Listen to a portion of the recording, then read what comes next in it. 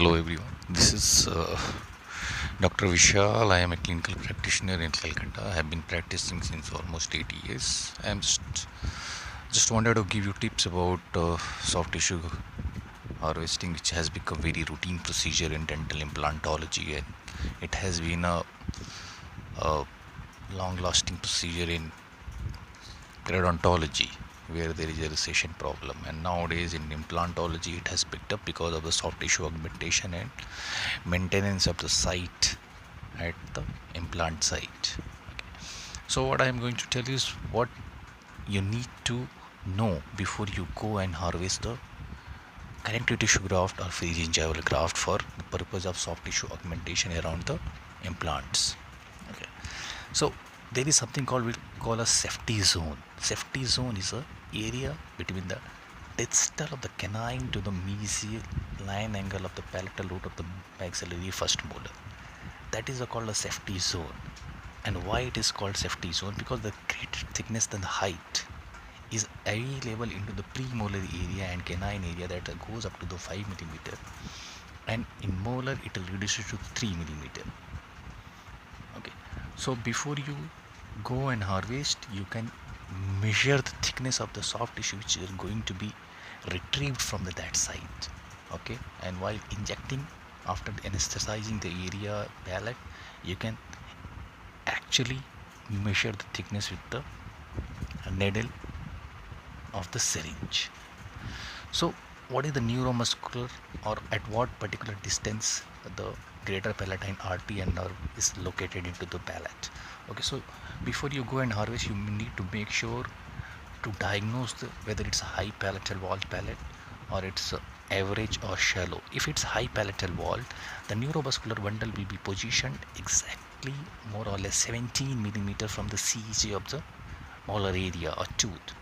Okay, whereas into the average palate height it will be 12 millimeter from CEJ, and in shallow palate it will be just 7 millimeter. So before you go and harvest, you need to make sure what kind of palate you are dealing with. And if high palatal wall, you can retrieve larger height of the graft, definitely yes. So after knowing the anatomical aspects, we should be aware what is the immediate complications of free gingival graft and how to solve them. Like immediate complication can be problems related to the size or thickness of the graft.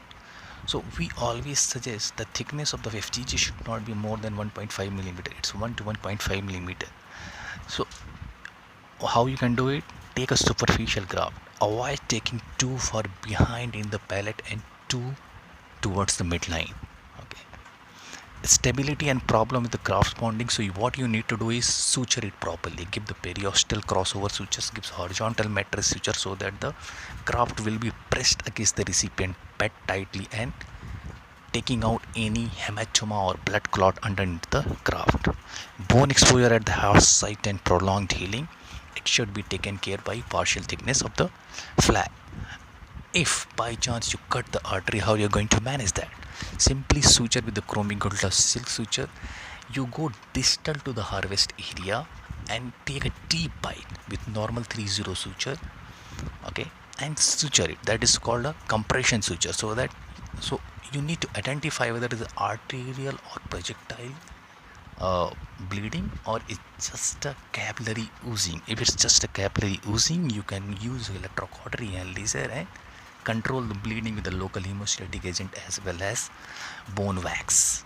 Okay, but if it's arterial, then you need to put the compression sutures. Even you can prepare a stent by taking the preoperative impressions, and once the graft has been taken, you can put the stent back. Okay, so another important point is improper graft adaptation and graft movement.